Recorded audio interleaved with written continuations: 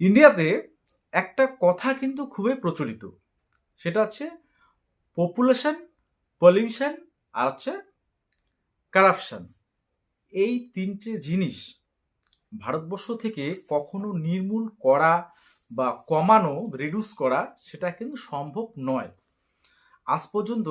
সেই যে আমরা যদি সাম্প্রতিককালেই হোক বা বিগত বা বছরই হোক বা বিগত দশকেই হোক, যে কোনো সময় আমরা যদি লক্ষ্য করি বা বিষয়গুলো ঘেঁটে দেখি, তাহলে দেখব পপুলেশন তো সেটা তো কন্ট্রোলের অলরেডি বাইরে চলে গেছে। আমরা পৃথিবীর মধ্যে নাম্বার ওয়ান দেশ জনসংখ্যার দিক দিয়ে।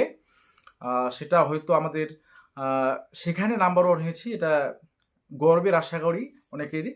আচ্ছা, এবার পলিউশন পলিউশন যদি আসি, তাহলে অবশ্যই সাম্প্রতিককালে যেটা মানে বর্তমানে যেটা চলছে আরাবল্লী নিয়ে, মানে পরিবেশ ধ্বংসের একটা চক্রান্ত, যেটা আমাদের সাধারণ মানুষের ক্ষেত্রে সেটা কিন্তু ভয়াবহ পরিস্থিতি সৃষ্টি করবে।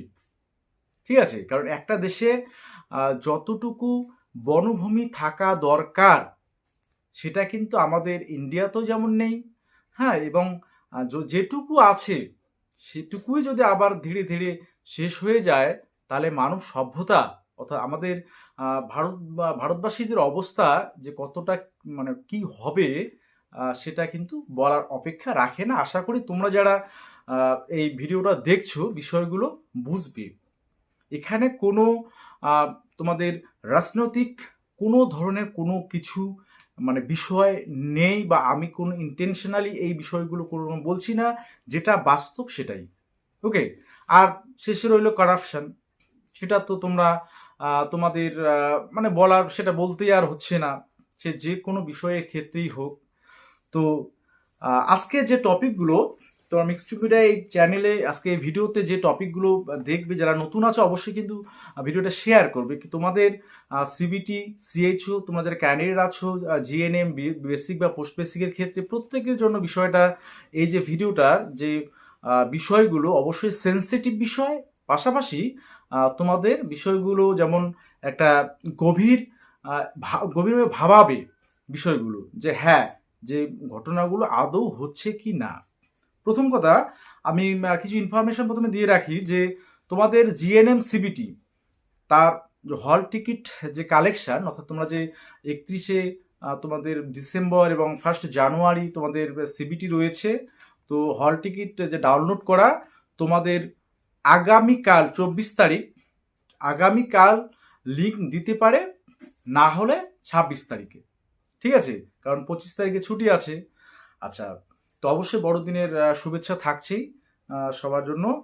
এবার বাকি যে বিষয়গুলো, সিএইচও এন্ট্রান্স বা সিএইচও ভেরিফিকেশান, তোমাদের cut off CHO plus CBT, এগুলো নিয়ে অনেকে চিন্তায় আছো। তো সেই বিষয়গুলোতে আসি মেনলি। প্রথমে আসি সিএইচও রিলেটেড বিষয়ে। দেখো, তোমাদের যারা GNM pass out, basic BSc করেছো বা পোস্ট বেসিক বিএসসি করেছো, তোমাদের বর্তমানে যে চাকরির দরজাটা, সেটা কোন কোন দরজাগুলো খোলা আছে, তোমাদের যদি রাজ্য সরকারের যে রিক্রুটমেন্ট প্রসেসগুলোর মধ্যে ধরো, তাহলে সিবিটি অর্থাৎ গ্রেড টু স্টাফ নার্স, আর তোমাদের সিএইচও বিভিন্ন জেলায় যেগুলো হচ্ছে। আচ্ছা, তার ভেরিফিকেশান চলছে। যেমন ঝাড়গ্রামে বোধহয় নোটিশটা অলরেডি দিয়েছে, সেখানে রোল নাম্বারগুলো অনেকগুলো দিয়েছে, তোমরা দেখে নেবে ঝাড়গ্রামের ক্ষেত্রে। হুগলিতে সম্ভবত হয়েছে, যেমন 15-16 তারিখ বীরভূমে হলো। হ্যাঁ, এরকম করে পূর্ব মেদিনীপুরের লিস্ট দিয়েছে। তো সব ক্ষেত্রে দেখা যাচ্ছে যে কয়েকটা সিটের জন্য কিন্তু মানে কয়েক হাজার, পূর্ব মেদিনীপুরের ক্ষেত্রে যেমন আমি দেখলাম প্রায় 6,000+ সে ক্যান্ডিডেট অ্যাপ্লাই করেছে। ঝাড়গ্রামেও সেটাই দেখলাম, প্রচুর রোল নাম্বার। এবার সংখ্যাটা ঠিক কত সেটা সেখানে নির্দিষ্ট করে উল্লেখ করা নেই সম্ভবত।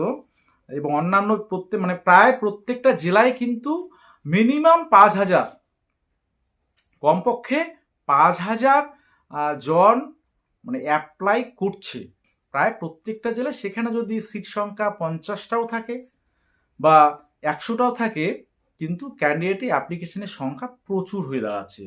তো কম্পিটিশনটা সিএইচওতে কী হারে হবে, যেটা তোমাদের সিবিটি জিএনএম এর ক্ষেত্রে হচ্ছে, মানে দুটোই প্রায় মানে একেবারেই মানে যাকে বলে সকলেই টার্গেট নিয়ে আছে যে সিবিটি সিএইচও। এবার মেইন যে ঘটনাটা, তোমাদের বাঁকুড়া জেলার সম্ভবত গতকালকে তোমাদের যে সিএইচও রিক্রুট মানে এক্সামটা এন্ট্রান্সটা হলো, সেখানে কিছু বিষয় ক্যান্ডিডেটদের মনে বা ক্যান্ডিডেটদের অসন্তোষ বা কিছু অভিযোগ পাওয়া গেছে।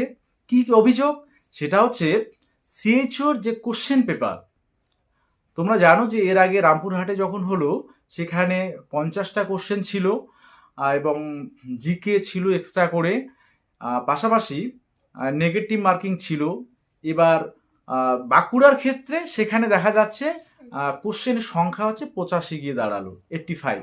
আচ্ছা, এবার সেখানে আবার কি একটা দেখা সব থেকে যেটা তোমাদের মানে একটু মানে যাকে বলে বিষয়টা অন্যরকম গন্ধ যেখানে পাওয়া যাচ্ছে, সেটা হচ্ছে কোশ্চেন পেপার, যেটা কোশ্চেনের মধ্যে আনসার দিতে হয় সেটা বাইরে চলে আসছে রীতিমতো। সেটা বিভিন্ন গ্রুপে ভাইরাল হয়ে গেছে। সেই এবার এই সিএইচওর কোশ্চেন পেপার কিভাবে বাইরে আসলো, সেটা কখন আসলো, তার পরীক্ষার আগেই না পরীক্ষা চলাকালীন, না অনেকেরই মতে আবার পরীক্ষা নাকি বাইকে বসেই পরীক্ষা দিচ্ছে, বিভিন্ন ধরনের অভিযোগ কিন্তু আসছে। তো এই বিষয়গুলো নিয়ে যে সমস্ত ক্যান্ডিডেট যারা সিবিটি বা সিএইচওর জন্য যারা অ্যাপ্লাই করছে বিভিন্ন জেলায়, তাদের মধ্যে কিন্তু একটা অসন্তোষ এবং তাদের মধ্যে একটা কিন্তু সন্দেহের দানা বাঁধছে যে আদৌ এই রিক্রুটমেন্ট প্রসেসগুলো স্বচ্ছভাবে হবে তো। কারণ এই যে রাজ্য সরকার হেলথ ডিপার্টমেন্টের যে দায়িত্ব মানে সেটা তোমার বিন্যস্ত করে দিয়েছে প্রত্যেকটা জেলার হেলথ সমিতিতে।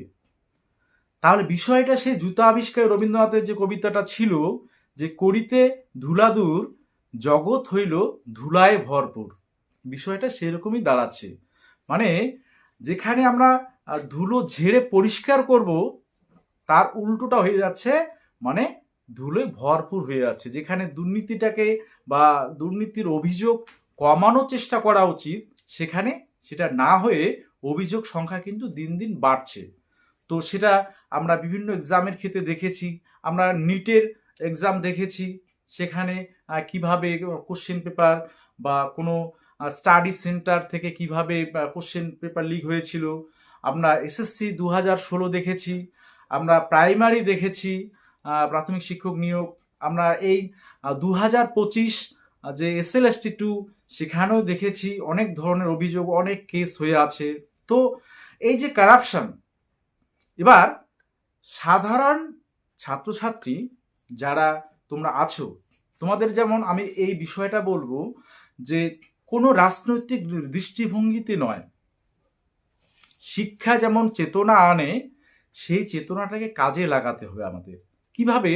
যে এই দুর্নীতির বিরুদ্ধে ঐক্যবদ্ধভাবে প্রত্যেকটা ক্যান্ডিডেট, সে স্বাস্থ্য ডিপার্টমেন্টের স্বাস্থ্যের ক্যান্ডিডেট ডিপার্টমেন্টের যে ক্যান্ডিডেট তোমার জিএনএম এএনএম বলো বা আদার্স যে ক্যান্ডিডেটগুলো আছে, বিএসসি পোস্ট বেসিক বিএসসি, এগুলো কিন্তু মানে রাজপথে না নেমে প্রতিবাদ যদি না করি, তাহলে কিন্তু একটা খুবই মানে ভবিষ্যৎটা মানে ছাত্রছাত্রী বা যুব সমাজের ভবিষ্যৎটা যে অন্ধকারের দিকে অলরেডি চলে যাচ্ছে, সেটা কিন্তু বলার আর অপেক্ষা রাখিই না। কারণ দেখো এই যে প্রথম কথা, কিছু পোস্টের জন্য কিছুদিন আগে একটা জেলায় 4টা পোস্টের জন্য স্টাফ নার্সের প্রায় ক্যান্ডিডেট সংখ্যা ছিল হচ্ছে 500-র মতো, কন্ট্রাকচুয়াল বেসিস। সেখানে পোস্ট ছিল 4টা, ক্যান্ডিডেট অ্যাপ্লাই করেছে 500। তাহলে বেকার সংখ্যা কীরকম আছে তোমরা নিজেরাই যারা এই জিএনএম বেসিক বিএসসি এগুলো করেছো তারা নিশ্চয়ই তোমরা বুঝতে পারছো। তাহলে তার মধ্যেও যদি এই ধরনের স্বচ্ছতার অভাব দেখা দেয়, তাহলে এই নিয়োগগুলো প্রশ্নচিহ্ন কিন্তু থেকেই যাচ্ছে। এবং সিএইচওর কোনো সিলেবাস কিন্তু কোনো জেলা বা কোনো হেলথ সমিতি বা হেলথ ডিপার্টমেন্ট কোনো পাবলিশ করেনি যে প্যাটার্ন কীরকম হবে, 50টা কোশ্চেন আদৌ হবে। তো যেখানে 50টা প্রথম দিন হলো, তারপরের দিনে কোথাও হয়ে গেল 85টা। এবার এরপরে হয়তো আবার অন্য দৃষ্টিকে 50টা চলে আসবে, আবার কোথাও 85টা, বা কোনো দৃষ্টিকে দেখালো সংখ্যাটা অন্যরকমও হতে পারে। মানে এরা নিজেদের মতো খেয়াল খুশি মতো মানে বিষয়টা হচ্ছে, ঠিক আছে। তো ওই সেক্ষেত্রে ওই মানে হীরক রাজার দেশের যে বিষয়টা, যে বৈজ্ঞানিককে যে বলা যে 7 লক্ষ মানে 7 মাসে 7 লক্ষ মুদ্রা ব্যয়ে সামান্য ফুল এটা আবিষ্কার। হ্যাঁ, মানে এই যে মানে বিষয়গুলো যে এত টাকা পয়সা আমরা ক্যান্ডিডেটরা খরচ করে, এত পরিশ্রম করে, এতদিনের তপস্যা করে বা স্টাডি করে, দিন রাত খেটে আমরা এক্সামটা দিই। হ্যাঁ, আলটিমেট আমাদের মানে ফুল তো মানে বোকা বানানো হচ্ছে। সেই ফুল আমি বলছি না, মানে ফুল মানে বোকা সাজানো হচ্ছে। তো এই বিষয়গুলো নিয়ে জানি না ক্যান্ডিডেটরা তোমরা কি ভাবছো, কিন্তু বিষয়টা অনেকেই যে একটা অন্যরকম বিষয় মানে এই বিষয়টা নিয়ে অন্যরকম গন্ধ পাচ্ছে, সেটা কিন্তু তাদের অসন্তোষ কিন্তু অলরেডি বিভিন্ন জায়গায় সেটা কিন্তু তৈরি হয়েছে এবং তারা প্রকাশ করছে। তাই এই বিষয়গুলো বলা। আর কাট অফ বিষয় নিয়ে আমি শেষে বলি যে বিএসসি বা post basic BSc cut off নিয়ে তোমরা যারা টেনশন করছো, আমি তোমাদের আগেও বলেছি যে ক্যাটাগরি ওয়াইজ যেমন সেটা ভেরি করবে। এবার কোন রেশিওতে তোমাদের সিবিটি ইন্টারভিউ ডাকবে সেটা সব থেকে ভাইটাল। এবার সেরকম রুলস কিন্তু যে নোটিফিকেশানে দেয়া ছিল না যে ইন্টারভিউ কত কীরকম করে ডাকবে, মানে বাছাই যে পদ্ধতিটা হবে মানে যাদের ডাকবে তাদের কিভাবে ডাকবে, কোন যে কোনো একটা রেশিও ধরে আদার্স যেগুলো তো হয়ে থাকে, যে দেখা গেলো 100 জনের জন্য 100টা সিটের জন্য 140 জনকে ডাকা হলো ইন্টারভিউ, বাকিরা 100 জন চান্স পাবে, বাকি 40 জন ওয়েটিংয়ে থাকবে। তো কিভাবে ডাকা হবে সেটা কিন্তু এখনও পরিষ্কার নয়। তাই কাট অফ নিয়ে অযথা কেউ মাথা ঘামাবে না।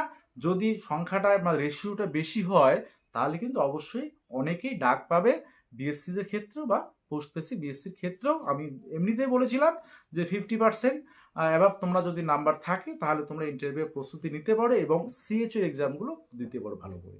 ঠিক আছে, এটুকুই বলার। আর তোমাদের চ্যানেলে দেখতেই পাচ্ছ বিষয়গুলো যে সিবিটি রিলেটেড মিক্স টু মিডিয়ার পক্ষ থেকে অনলাইন তোমাদের ফ্রি 26 তারিখে হচ্ছে। যে কেউ পার্টিসিপেট করতে পারবে টেলিগ্রাম চ্যানেলে তোমরা যদি যুক্ত থাকো সেখানে। ঠিক আছে, আচ্ছা, সেখান থেকে তোমরা বিষয়গুলো জানতে পারবে 26 তারিখে। আর মেম্বারশিপদের তোমাদের সেটা বিষয়টাও দেখালাম। তোমাদের এগুলোই থাকছে আপাতত, যেহেতু সময় কম। যাই হোক, কোনো চিন্তা আর বাদ দিয়ে এই যে সামনে এক্সামগুলো আছে একটু ফোকাস করো, তারপরে বিষয়গুলো নিয়ে মানে ভাবার যে বিষয় সেটা আসছে। ঠিক আছে।